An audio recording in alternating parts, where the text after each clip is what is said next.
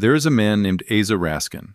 In 2006, he sat down and built something in a single afternoon. No grand plan, no evil agenda, just a small design tweak he thought would make an app feel smoother.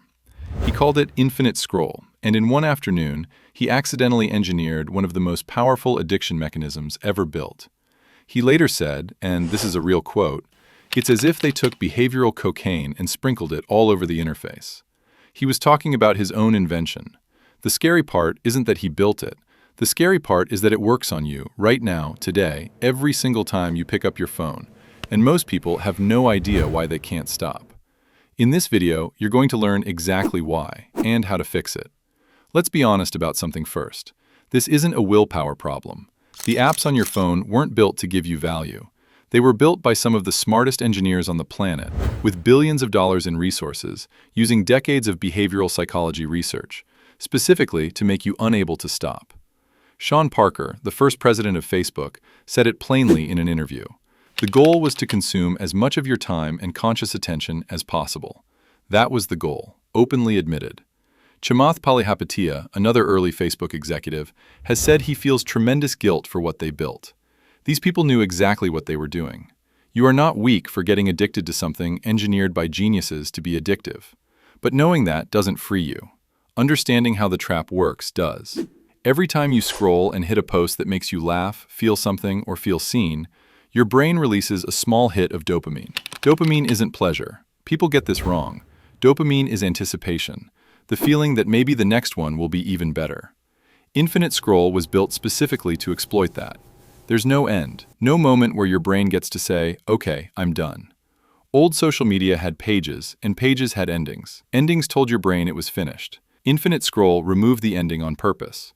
Then they added variable rewards. Sometimes the next post is funny, sometimes it's boring, sometimes it hits you right in the chest.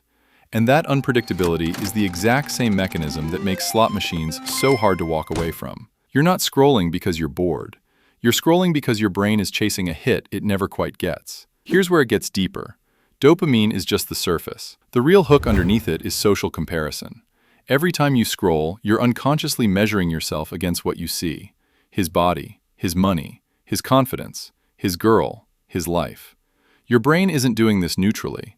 It's running an ancient threat detection system built to track your social rank inside a group. Except that system evolved for a group of maybe 150 people. Now you're comparing yourself to 10,000 curated highlight reels a day.